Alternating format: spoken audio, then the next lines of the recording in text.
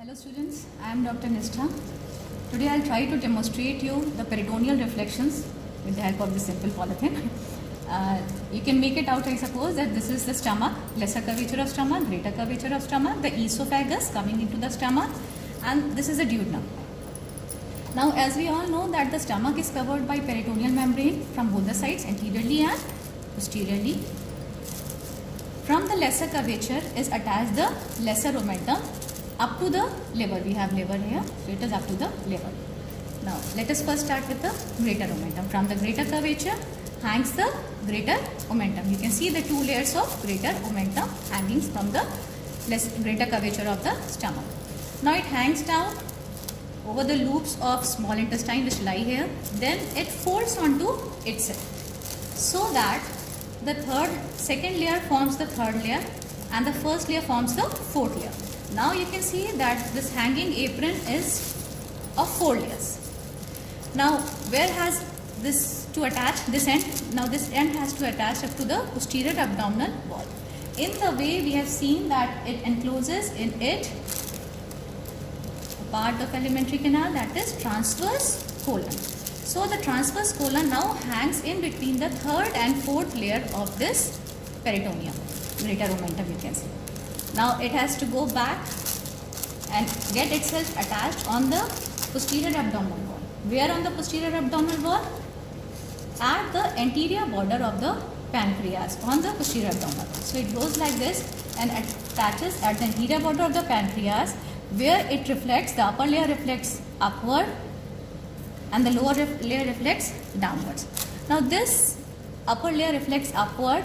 It goes up to the inferior surface of the liver and comes down to get attached to the lesser omentum, the posterior layer of the lesser omentum, in a way forming a complete enclosed sac.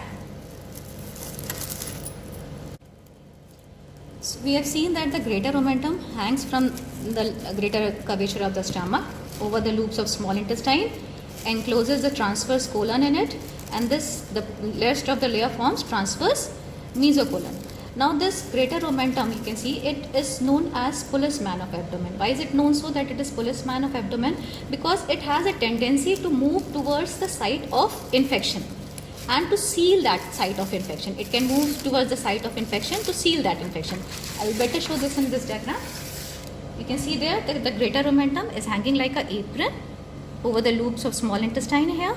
Now if in case of any appendicitis, the greater omentum moves towards the appendicitis and seals this location, so as to seal the infection and stop the spread of infection from it. Here in case of any gastric ulcer, the greater omentum has moved up to the site of gastric ulcer.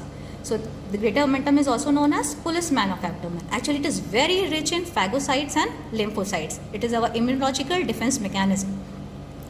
Besides this, the peritoneum, you can say it. You have seen that it also acts in the peritoneal dialysis. Why it acts in peritoneal dialysis? Because it behaves like a semi-permeable membrane. Now, peritoneal cavity is also used in ventriculoperitoneal shunt, in the cases in which the intracranial pressure is increased in the ventricles. That is called what? Hydrocephalus. In that cases, a shunt is a catheter, you can say, is inserted between connecting the ventricles of the brain with this peritoneal cavity, so that the and this is one-way catheter. Only the fluid from the ventricles, the CSF from the ventricles, may drain into the peritoneal cavity. So this peritoneal membrane has so many functions that this is not considered a simple membrane now.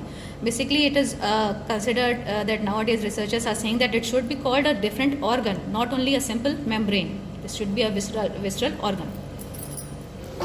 Now let us come back to this lesser omentum. Lesser omentum attached from lesser curvature of stomach up to the liver. So this end is attached in the liver. You can see that this lesser omentum is attached basically up to the initial 2.5 centimeter of the duodenum, and here it ends. So this forms the free right margin of this lesser omentum. In this free right margin, we have basically 3 structures which we call portal triad, like this, which enter the porta hepatis of the liver above. All these three structures, they enter the porta hepatis of the liver above.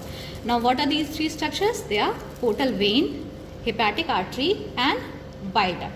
The arrangement of all these three structures is very important. If you see, portal vein lies posteriorly, P posteriorly, P portal vein. Bile duct lies on the right side. Bile duct is dexterous means right. So this bile duct lies on the right side, and then the hepatic artery, it lies on anteriorly and towards the left side. So all these structures we have seen that these enter the porta hepatis of the liver, and this forms the epiploic foramen. As we have seen earlier, that the posterior layer went up to the caudate lobe of the liver and formed a closed sac. That was what? That formed a lesser sac. So the entrance to the lesser sac is just behind this, because this is a free margin. There is a space through which there is entrance to the lesser sac. That is adductus to lesser sac, or epiploic foramen, or foramen of Winslow. Now, in case of any emergency during operations, suppose there is a bleed or what, bleed of major vessels, you can compress all these three vessels with the help of index finger, placing inside the epiploic foramen, and the thumb. This maneuver is called what? Pringle's maneuver. So with the help of this, any emergency bleed can be stopped for about 15 minutes and all, depending upon the condition of the patient.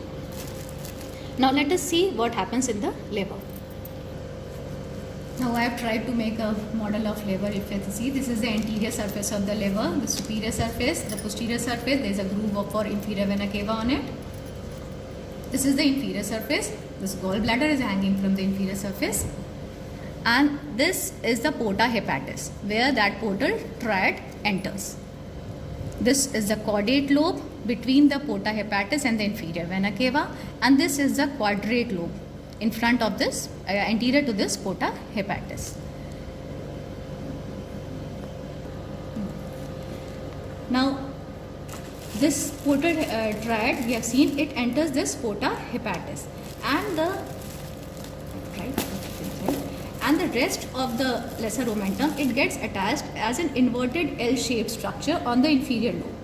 So this forms the attachment of the lesser omentum. This gets attached like this. And the posterior layer which was coming, it gets attached by coming, really, you can say that we have seen that the lesser sac is related to this caudate lobe, the posterior layer which it came, which attaches here. So it forms a complete sac, that is the lesser sac here. It is attached somewhat here, you can see, and this lesser omentum is attached like this.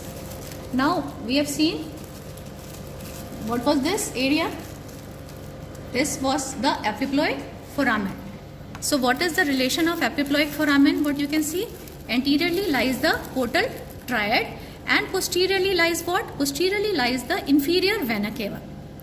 So not only inferior vena cava, we have on the right left side we will have aorta also, and just behind it, what is the level? The level is of 12th thoracic vertebra. So it is at the level of T12. This epiploic foramen lies at the level of T12. If you remember, we have seen that this was the level, the second was the second part of duodenum was at the level of L2. So this is the L2 vertebra, this forms the L1 vertebra, and this will be the 12th thoracic vertebra. So at the level of 12th thoracic vertebra, anteriorly we have the portal triad, the structures of portal triad, posteriorly inferior vena cava, aorta, and some part of suprarenal gland, right suprarenal gland. So this forms the boundaries. Or superiorly, what will be there? Superiorly, as we have seen, this is the caudate lobe of liver. So superiorly we will have caudate lobe of liver, and towards the right it is open.